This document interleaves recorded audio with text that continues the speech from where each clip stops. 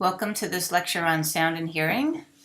This lecture will be about all the fundamentals of sound, hearing, and waveforms, and we'll do some examples and listen to some audio at the end of this lecture. So what is sound?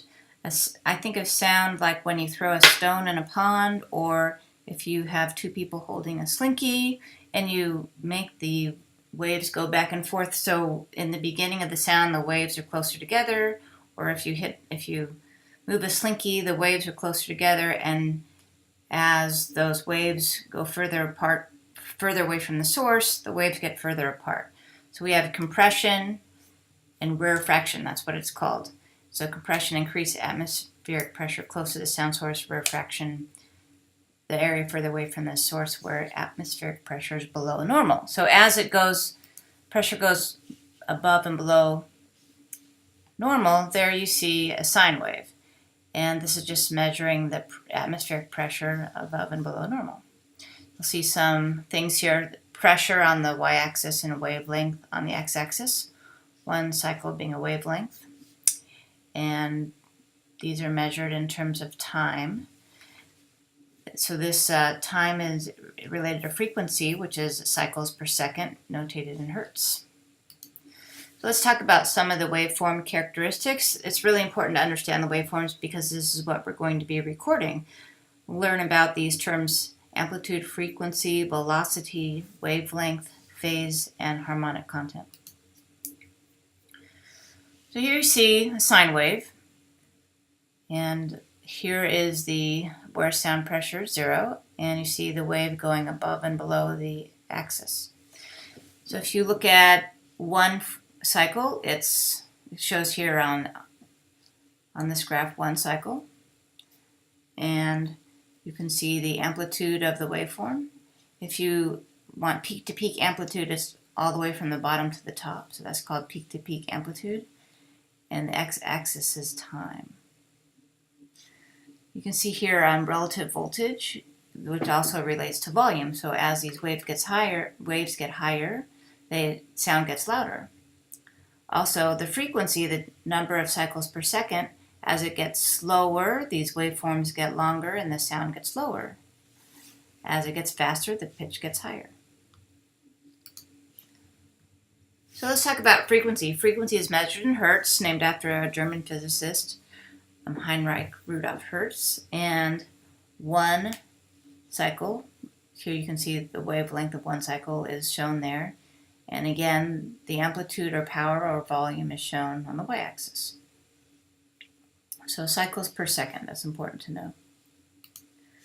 The velocity, or the speed at which sound travels, varies depending on how you're listening to it.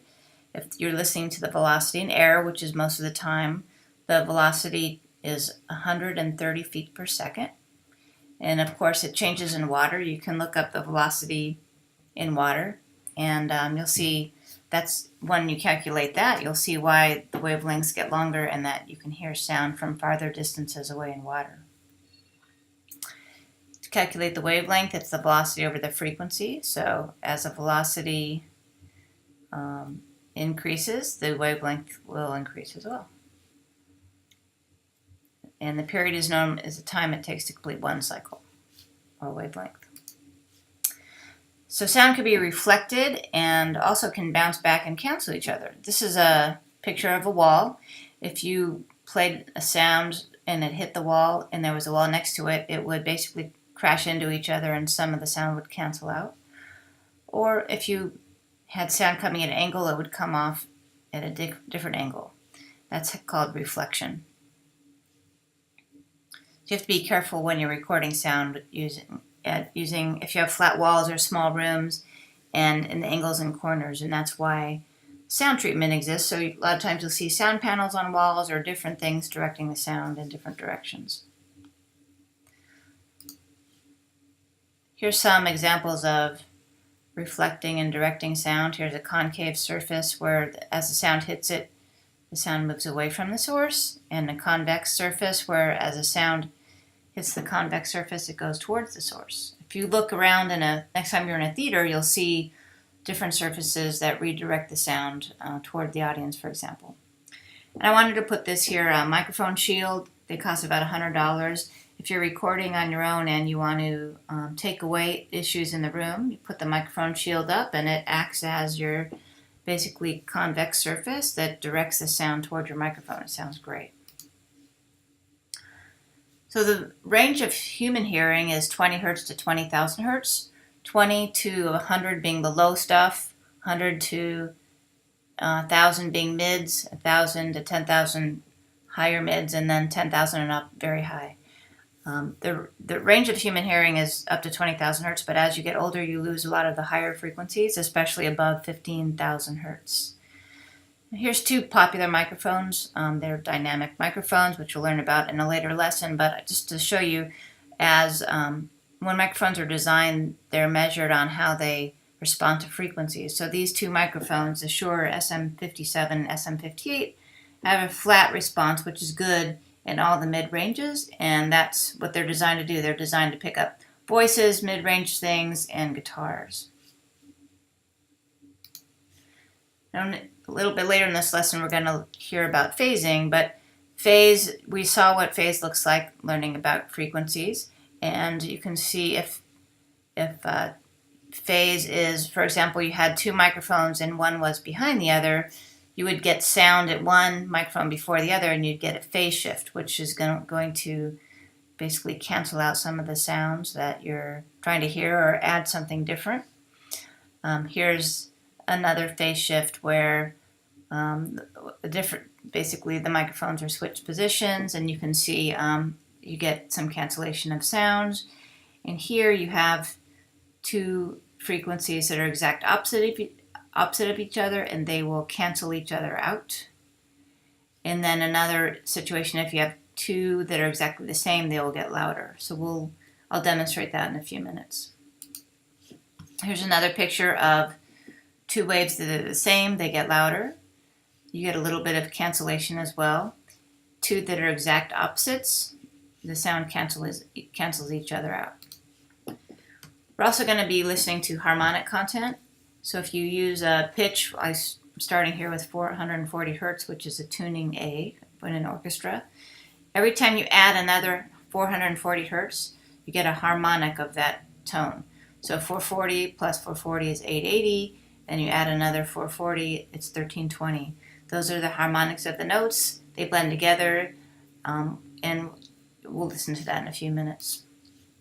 Another thing about waves, and this is in all of the software that we'll be using, is the envelope of the waveform.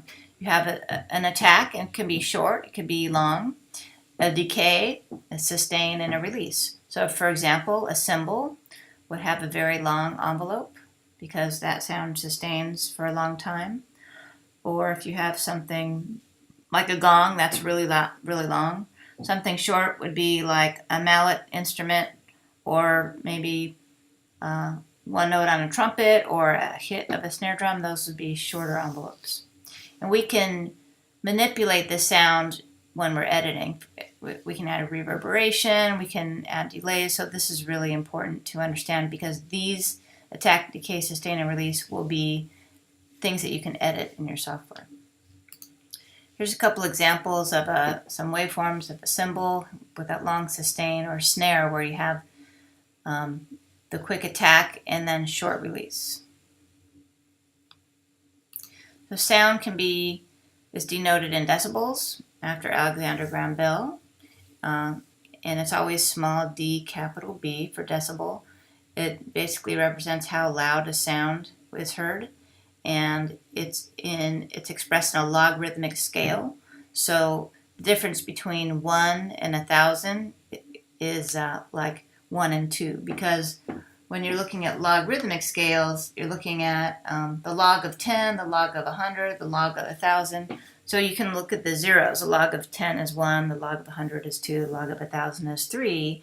So you can see how a large change in sound pressure is a small difference in the decibel number. And here's what we're talking about between 40 decibels and 140, basically what we hear.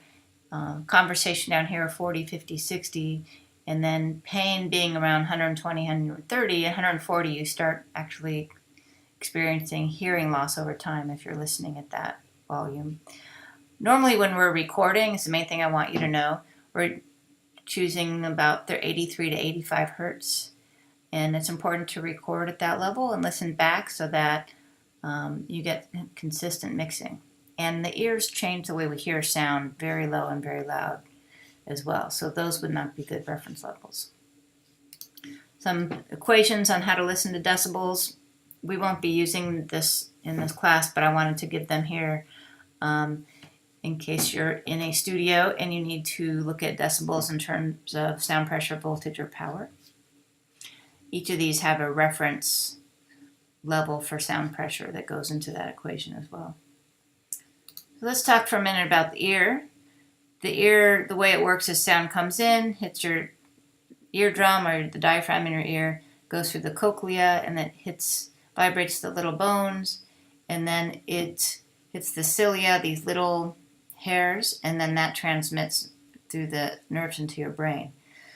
So that 130, 140 decibels, at that level, these hairs get damaged and they kind of just die off. And as they get damaged, they never can recover, and you lose the ability to hear those high frequencies for the rest of your life. So when you're listening to very loud things, it's really important to have good hearing protection.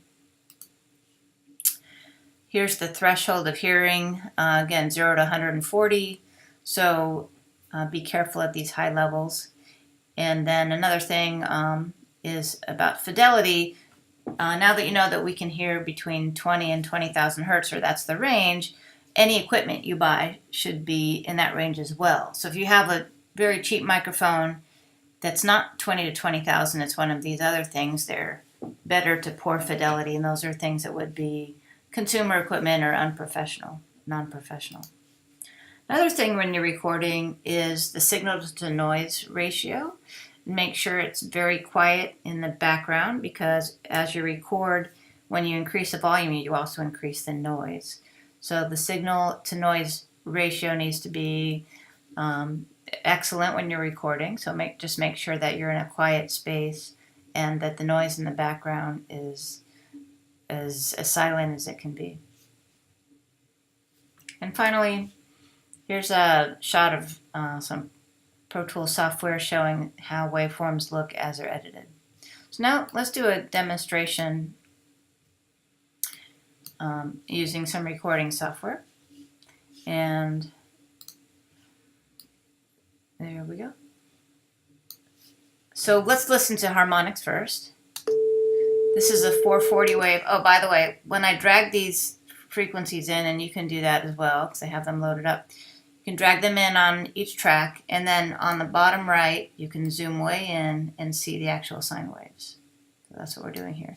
There's also up here the zoom, so you may need to zoom out to see the waveform if you're not seeing the amplitude. If it's cut off, you can use the zoom out button. Okay, so here we're seeing a 440 waveform. I'm going to hit play. I can hit play up here, spacebar, and I have it on autoplay. Options, auto loop playback, so that it plays that over and over. Now we add 440, here the second harmonic, the third harmonic, fourth, and fifth. Let me turn off that. Oh, I got these on mute, that's why.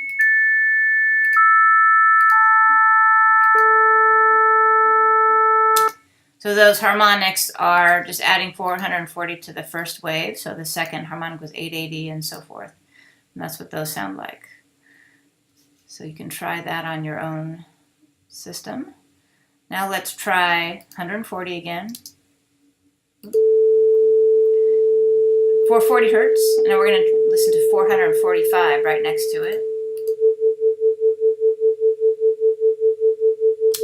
So the beating you hear is because your ear can't discern those. They're so close together that you hear beating. And that's actually when you're tuning instruments, if somebody's out of tune right next to you, you can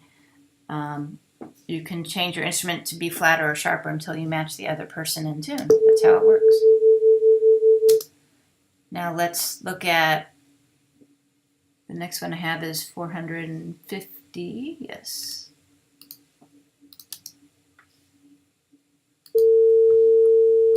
And with 445, you get the beeping. See 440.